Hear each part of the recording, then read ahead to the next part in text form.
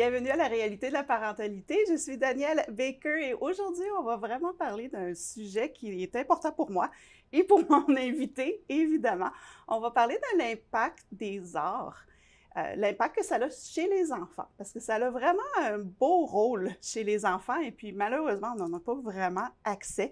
Donc, je vais vous présenter Annick Bouvrette qui vient de Taralouse Danse et merci beaucoup d'être venue aujourd'hui. Peux-tu nous parler un peu de qui tu es et qu'est-ce que tu fais? Merci, Danielle. Alors, je suis directrice artistique et chorégraphe de Taralouse Danse. On est une compagnie de danse contemporaine en résidence au Centre des Arts Schenkman à Orléans. Et mon rôle à la compagnie, bien sûr, c'est de diriger la compagnie, mais c'est aussi de développer les spectacles qu'on présente au centre et aussi toutes les activités, tous les projets qu'on fait en amont dans la communauté en milieu scolaire. Et bien sûr, je fais cela avec les artistes, en collaboration avec les artistes. Je ne fais pas ça tout seul. Oui, évidemment. Puis, juste avant qu'on passe à la pause, je veux justement élaborer, parce qu'on va parler des arts. Encore, évidemment, c'est une troupe de danse, mais tu as la musique live, en direct, avec un musicien sur les lieux. Il y a tout l'aspect technique avec l'éclairage et tout ça que tu apportes, là, que les enfants, puis pas juste les enfants, mais les familles, parce que tu offres aussi des programmes là, multigénérationnels qui est fantastique. Et on va rapidement aller à une pause avant qu'on se mette dans le sujet, parce que là, ça va être plus difficile de s'en parler. Mais au retour à la pause, on va vraiment parler des belles choses qu'on voit chez les enfants, de la façon qu'ils s'expriment, la façon qu'ils redécouvrent leur expression créative. On vous revient après la pause.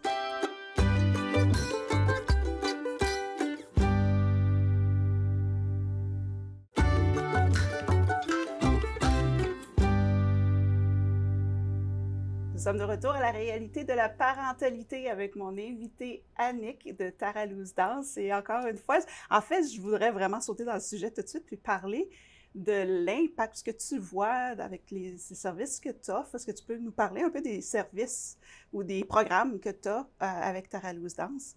Oui, donc nous, on travaille dans la communauté et aussi en milieu scolaire. Donc, dans la communauté, un projet qu'on vient de commencer, qu'on aime énormément, c'est le projet Démo qui danse avec la Bibliothèque publique d'Ottawa. Mm-hmm. Et ça, pour le moment, on n'en offre que quelques-uns lors d'une saison. Et on se rend à quelques-unes des succursales de la Bibliothèque publique d'Ottawa et on offre un atelier pour les familles où on commence par lire un livre d'enfants qui se retrouve dans la collection de la bibliothèque. Ensuite, on s'inspire du livre pour danser avec les enfants, avec les parents. Et on termine l'atelier avec un coloriage, encore une fois, qui s'inspire du livre qu'on a lu. Et donc, c'est un atelier multisensoriel, lecture, danse, coloriage, et qui fait danser, qui fait bouger les enfants et les adultes qui sont présents. Et ça, c'est un projet qu'on aime énormément et qu'on espère développer davantage dans l'avenir. Ensuite, nous, Taralouse Danse, on est en résidence au Centre des Arts Schenkman. Donc, durant la semaine de relâche au mois de mars, normalement, on a un atelier en collaboration avec le MIFO où on accueille les familles dans le studio de danse au centre pour bouger avec eux, pour avoir un moment en mouvement là, durant la relâche. Et ça, c'est ce qu'on fait normalement dans la communauté. On offre aussi un camp d'été avec l'École d'art d'Ottawa au Centre des Arts Schenkman où l'enfant explore la danse le matin avec nous et l'après-midi explore les arts visuels avec un artiste de l'École d'art d'Ottawa. Et ça, c'est vraiment pour les enfants. Et on offre par contre à la fin de la semaine une petite présentation et les familles sont invitées à cela. En milieu scolaire, on a toute une panoplie d'ateliers thématiques, soit au niveau élémentaire ou au niveau secondaire. Et donc, on est très actifs dans les écoles francophones ici à Ottawa. On travaille beaucoup avec les enseignants et même les directions pour amener la danse contemporaine dans les écoles pour que les jeunes puissent découvrir ce type de danse parce que ce n'est pas toujours un type de danse qui est bien connu dans la communauté. C'est vrai, parce que c'est pas nécessairement la danse contemporaine, parce que j'ai dansé depuis, je pense que j'ai dansé avant que commence à marcher. Mais la danse contemporaine, c'est quelque chose on dirait qu'on va plus tard, parce qu'on y va avec les classiques, le jazz, tout ça, là, mais c'est vraiment une belle opportunité de s'exprimer aussi. Oui. Alors, puis, il y a aussi l'aspect de ce que j'aime de Tara Loose Dance aussi, c'est que vous rendez l'art ou la danse accessible à des communautés qui n'ont pas nécessairement ces ressources-là. Vous avez l'aspect virtuel aussi. Peux-tu nous parler un peu de ça? Alors, durant la pandémie, on a dû se transformer afin d'offrir nos activités de façon virtuelle. Et là, on a quand même découvert une démarche qui nous a beaucoup intéressés par rapport au visuel, parce que bien sûr, tout se passait à l'écran. Donc là, nous, on a développé un nouveau modèle de programmation hybride à la compagnie où on peut autant proposer, offrir des projets, des ateliers en personne et autant en virtuel. Donc, en virtuel, comme par exemple avec l'atelier des mots qui dansent avec la Bibliothèque publique d'Ottawa, il y a toujours un des ateliers qui est en virtuel pour permettre à des familles, par exemple, qui ne pourraient pas se rendre à personne à une succursale, eh bien, le virtuel leur permet de participer à notre événement. Et aussi, on a une très belle collaboration avec l'organisme Taking IT Global et le programme Connexion Nord qui nous permet d'offrir des ateliers en mode virtuel à des communautés dans le Nord. Donc, en 2024, on a offert un atelier avec une école qui se situe à Iqaluit, au Nunavut, des ateliers virtuels en mouvement. Et en 2025, on vient d'en offrir avec le programme Confluence, les élèves qui sont inscrits à ce programme-là à Dawson City, au Yukon. Donc, ça, c'est vraiment, vraiment très excitant. Oui, puis ça se fait aussi en français, c'est ça? Oui, exactement. Excellent, ça l'offre. Des fois, on est dans des régions où la francophonie n'est peut-être pas dans les devants, donc il y a cet aspect-là aussi que vous offrez. Est-ce que tu peux parler un peu, parce que je trouve ça vraiment intéressant, nous autres, on a la chance de se parler souvent, mais la réaction des parents, des familles, au fait que vous vous déplacez comme ça, que vous apportez vous avez tellement une ouverture sur comment on va présenter ça aux enfants, puis d'y aller avec l'énergie des enfants. Est-ce que tu peux nous partager un peu les commentaires ou les réactions que tu vois des familles? Bien, je pense que souvent, les adultes, il y a une gêne par rapport à la danse, puis il y a aussi une petite crainte. Et là, quand les familles viennent participer à un de nos événements, finalement, au final, ils terminent l'atelier en disant « Wow, je me suis vraiment amusée avec mon enfant. J'ai bougé avec mon enfant et je me sens vraiment bien. » Alors, nous, le message, finalement, c'est que le mouvement se retrouve partout autour de nous. Nous, on est tous des corps en mouvement, on se déplace, on bouge à tous les jours. Fait qu'en fin de compte, on est tous un peu des danseurs dans notre quotidien. Et là, par notre approche visuelle et multisensorielle, on souhaite comme enlever ces craintes-là, sortir beaucoup et souvent les adultes de leur zone de confort et juste leur faire voir que finalement, les enfants, ils adorent bouger. Donc, ils ont juste à laisser aller leur gêne et bouger avec leur enfant et ça devient très accessible. Oui, puis c'est ça, c'est cette gêne-là au début, parce que même moi, j'ai participé à certaines, j'ai dansé longtemps, mais c'est ça de voir les gens au début, ils ne savent pas trop, puis après ça, ils peuvent voir que il n'y a pas de limite. C'est structuré, oui, mais c'est pas autant qu'on pense. C'est pas besoin d'avoir une formation classique. Pour exactement. Ça. Comme nous, ce qu'on fait avec les enfants et les familles, autant en communautaire qu'en scolaire, c'est qu'on leur dit, regardez autour de vous. Si on regarde une feuille qui se berce dans le vent et si on regarde et on transpose ça en mouvement, qu'est-ce que ça pourrait avoir l'air? Et souvent, les enfants ont plein d'idées.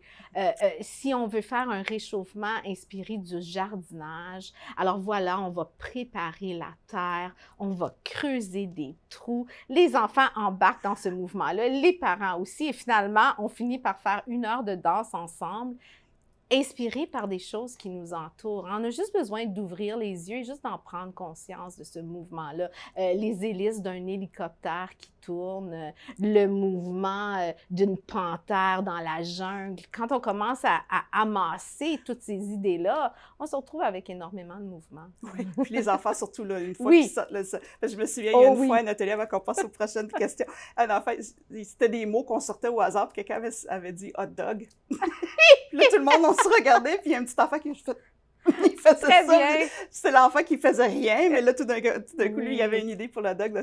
Mais juste avant qu'on passe à la pause, je voulais justement, c'est une autre question que j'avais, que je t'avais pas dit que j'allais te demander, mais c'est ça, c'est quoi qui inspire? Parce que vous avez des spectacles aussi, vous offrez des spectacles sur scène.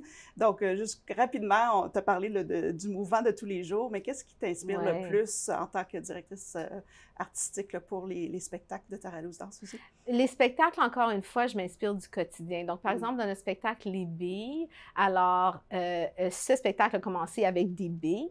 Et là, ma proposition artistique était, on va danser avec des accessoires qui sont ronds. Alors, pensons à toutes sortes d'accessoires qui sont en forme circulaire et on va explorer le mouvement. Donc, par exemple, dans cette pièce, on a des cerceaux, on a des gros ballons d'exercice. On s'est vraiment amusé à juste regarder autour de nous. Puis on apportait des choses dans le studio qui étaient de forme circulaire. Dans les bâtons, bien sûr, c'est les boomwhackers. Alors, la proposition artistique, c'était, on fait un spectacle de 55 minutes avec que des boomwhackers et on s'en sert en mouvement, on s'en sert aussi musicalement, bien sûr, parce que c'est un instrument de musique et on s'en sert de façon théâtrale. Donc, vraiment, le travail de Taralouse Danse est vraiment inspiré par ce qui nous entoure, par le mouvement qui nous entoure et aussi les objets qui nous entourent. C'est super. C'est ça qui est inspirant, je pense, pour les enfants aussi. Ça leur donne un lien. Oui, ça crée un pont. Ils reconnaissent les objets ou ils reconnaissent les images qui ont inspiré le travail et là, ils se créent un lien immédiat. C'est super. On va prendre une courte pause et au retour, on va parler vraiment les bienfaits de la danse chez les enfants et les familles également. On se retrouve après la pause.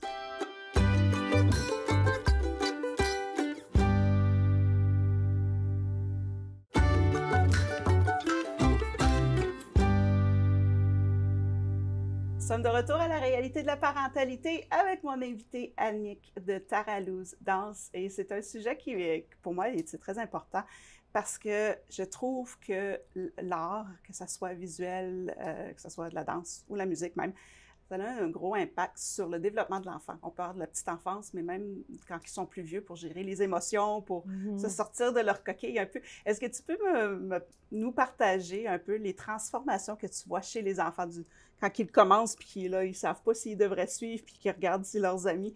Il y a cette peur de dire, est-ce que je vais me faire juger, puis qu'est-ce qui en vient après? Peux-tu nous partager ça un peu? Oui, alors... nous, souvent, on va voir des enfants qui sont au départ gênés de danser. Et encore là, c'est souvent enraciné dans le regard des autres. Et là, avec notre approche visuelle, où par exemple, on va leur montrer une image à l'écran, et là, on va leur expliquer comment on va transmettre cette image-là en mouvement, là, on dirait que ça enlève cette idée que d'autres les regardent, parce que là, on a cet élément visuel qui donne un sens au mouvement. Et là, quand on en met une dizaine, une douzaine, une vingtaine de mouvements comme ça, du début à la fin, là, ils se mettent à danser, ils regardent les images, et là, on dirait qu'ils oublient cette peur, cette gêne du regard des autres. Et ce qu'on voit aussi, ce qui est vraiment intéressant, c'est que la danse, c'est un art non-verbal. Et donc, les enfants qui sont plus gênés, souvent vont trouver leur place dans les ateliers de danse. Parce que c'est pas lié au langage. Et j'ai souvent eu des enseignants qui m'ont dit « Wow, cet élève-là m'a tellement surpris dans votre atelier » parce que normalement, en classe, c'est pas nécessairement un enfant qui va ressortir ou qui va être un leader. Mais souvent, c'est parce que ça, c'est basé sur le langage. Et là, en danse, l'enfant se trouve dans le non-verbal et se sent plus confortable, parce que là, on parle de l'expression corporelle et non l'expression langagière. Fait que ça, on retrouve ça souvent. Et on questionne beaucoup les jeunes durant nos ateliers. Donc, quand on commence au début, on voit que quelques mains qui se lèvent mais pour répondre. Mais après ça, on dirait plus on avance, là, ils font des liens dans leur cerveau et là, on voit que la participation augmente à ce niveau-là. Donc, je pense que la danse peut vraiment donner une chance aux enfants qui sont peut-être moins verbales de vraiment briller dans un atelier de danse. Oui. Puis en travaillant avec les familles ou même avec les enseignants, quand tu es dans le milieu scolaire, ça développe un nouveau lien avec l'adulte aussi. Est-ce que tu peux parler un peu de voir ce que tu vois avec cette communication non verbale qu'on vient d'ouvrir, là? Qu'est-ce que tu vois aussi? C'est ça, c'est que dans un atelier de danse, on travaille avec l'énergie des gens qu'on a avec nous. Donc, les enfants le ressentent, ça, beaucoup, beaucoup. Ils sont sensibles à l'énergie autour d'eux. Et évidemment, quand on travaille avec le musicien qui joue en direct durant les ateliers, les enfants aussi ressentent la musique. La musique live, c'est très différent d'une musique préenregistrée. Donc là, il y a comme une synergie qui s'installe dans la pièce, au niveau du mouvement, au niveau de la musique, les enfants ressentent ça. Puis là, on trouve comme un genre d'énergie, d'uniformité, qu'on se parle entre nous avec le corps. Et ça vient toucher le côté, comment dire, plus sensible des enfants. Et là, il y a vraiment une connexion qui se forme entre les gens et c'est ça qu'on ressent. Et souvent, les enfants ne peuvent pas le verbaliser, les adultes non plus, mais au final, on termine et on fait « Wow! On a ressenti quelque chose. » C'est ça, c'est vraiment l'expérience qu'on le sent. Puis ça, avec le musicien qui est là pour les enfants qui sont vraiment dans la musique, ça leur ramène aussi. Mais avant qu'on passe à la pause, je voulais parler aussi, parce que vous avez adapté vos présentations pour les familles autistiques aussi. C'est quelque chose qu'on ne voit pas souvent, ça rassure souvent les familles qui sont dans cette réalité. Peux-tu nous partager un peu de cette expérience-là? Oui, en 2024, on a eu la chance de travailler avec l'organisme Autisme Ontario qui nous a contactés en voulant offrir un de nos spectacles au Centre des arts Shankman pour les familles membres de leur organisme. Alors, ça a été vraiment bien pour nous de travailler avec eux parce que là, on a appris avec eux les adaptations qu'on pourrait faire pour les familles. Donc, par exemple, la jauge de la salle a été diminuée. Donc, au lieu d'offrir un spectacle à 150 personnes, c'est devenu à 80, ce qui permet aux familles de s'asseoir où ils voulaient, puis aussi d'avoir un peu plus d'espace entre eux. On a diminué le volume de la musique. On a ajouté un peu de lumière dans la salle. On a gardé les portes du théâtre ouvertes pour qu'à n'importe quel moment dans le spectacle, les familles pouvaient sortir dans le foyer. On avait des coloriages disponibles, colorier un peu et revenir à leur guise. Et ça a été tellement une belle expérience pour nous de juste voir avec Autisme Ontario qu'est-ce que nous, on pouvait faire pour que le spectacle soit adapté aux besoins des familles et des enfants. Et on a eu une belle expérience. Ça a été vraiment riche. Puis après, on a eu la chance de parler aux enfants et aux parents. Et ça a été vraiment un bel échange. Ça nous a beaucoup éduqués, nous, aux besoins des familles. Je pense que c'est ça, c'est d'avoir cette ouverture-là, parce que souvent, dans les familles, la réalité de ces familles-là, c'est qu'ils ne sont pas nécessairement peur, mais ils hésitent d'aller à des présentations, justement, ne sachant pas comment leur enfant va réagir. Exactement. Donc, en leur offrant ça, c'est fantastique. On va prendre une courte pause. Je pourrais te parler de ça sans arrêt, mais on va prendre une courte pause et au retour, Annick va nous partager des idées d'activités qu'on pourrait faire à la maison ou à l'école pour commencer à laisser nos enfants bouger. On se revoit après la pause.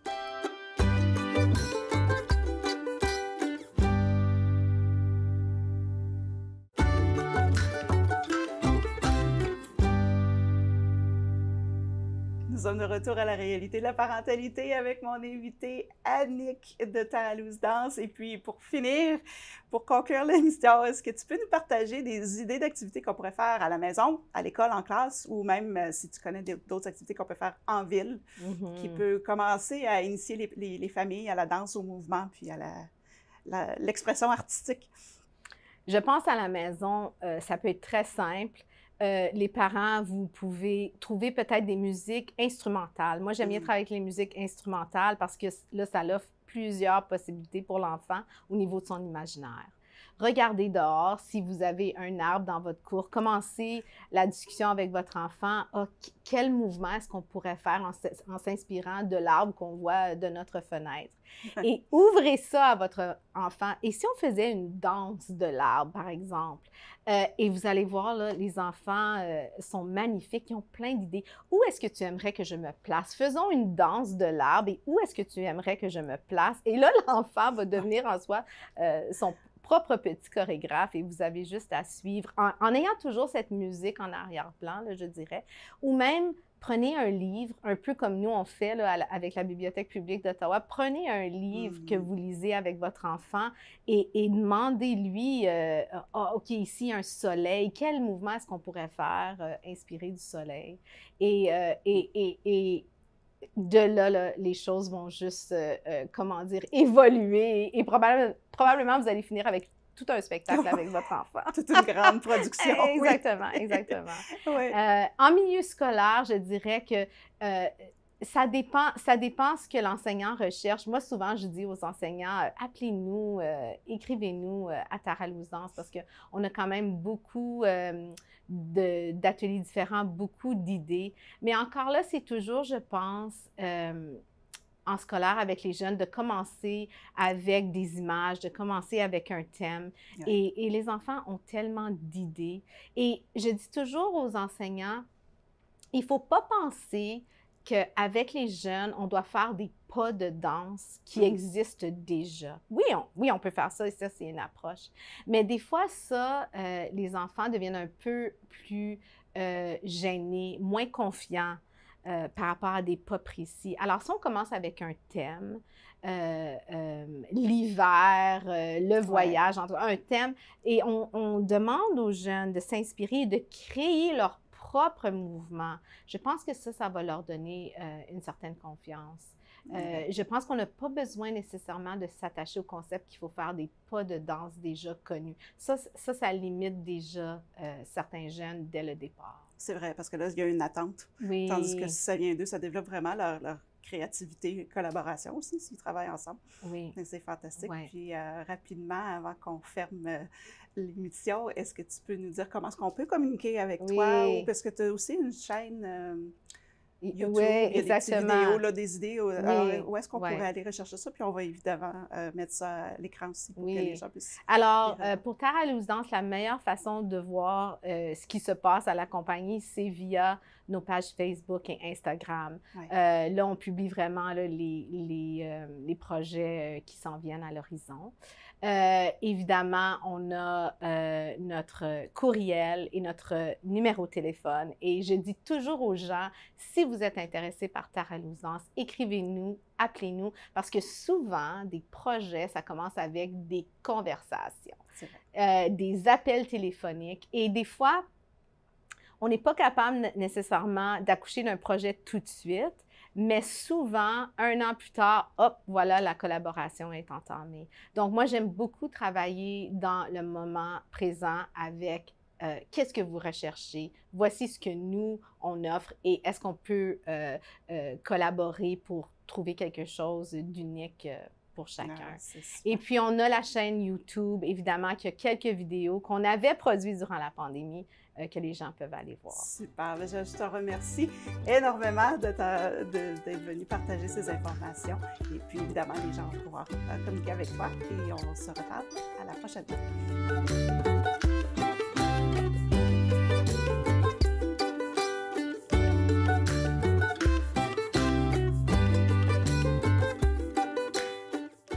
Souvent, j'ai entendu des histoires à dire « Ah, j'ai dit ça et soit mon professeur ou même ma mère m'a dit « Ah, mais ça, c'est pas réaliste. » Alors ça, je dis non, on continue avec le rêve, on les aide, on leur donne de l'encadrement et tout ça, mais qui sommes-nous à juger les rêves des autres?